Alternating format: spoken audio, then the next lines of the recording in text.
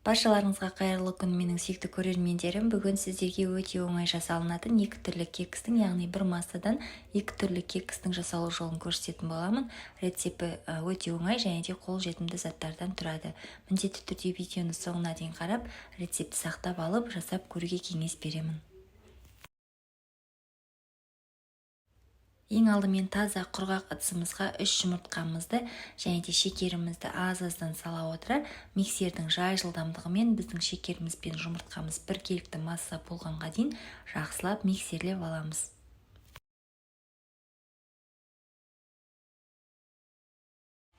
Жұмыртқалы массамыз жақсы араласқаннан соң міндетті түрде бөлме температурасында тұрған сүтімізді қосып, тағы да жақсылап араластырамыз.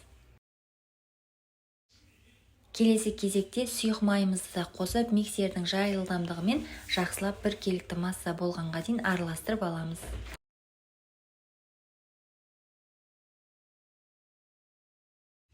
Осы дайын болған массамыздың үстіне електен өткізілген ұнымыздың жартысын саламыз және де қамыр қопсытқышымызды салып, миксермен тағы да араластырамыз. Ұнымызды барынша бірнеше бөлікке бөліп салуға кеңес беремін. Сол кезде біздің кекісіміз жақсы көтеріліп, әдемі болып пісіп шығатын болады. Және де ұнды міндетті түрде електен өткізіп қолданғандарыңыз дұрыс.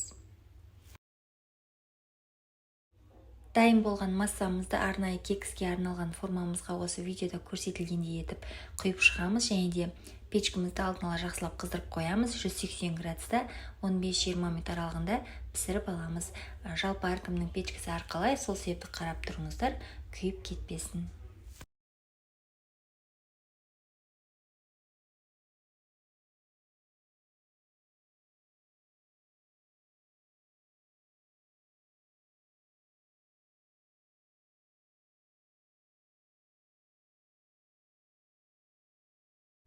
Құрметті көрермендер, көріп тұрғандарыңыздай біздің кексіміз пісіп дайын болды.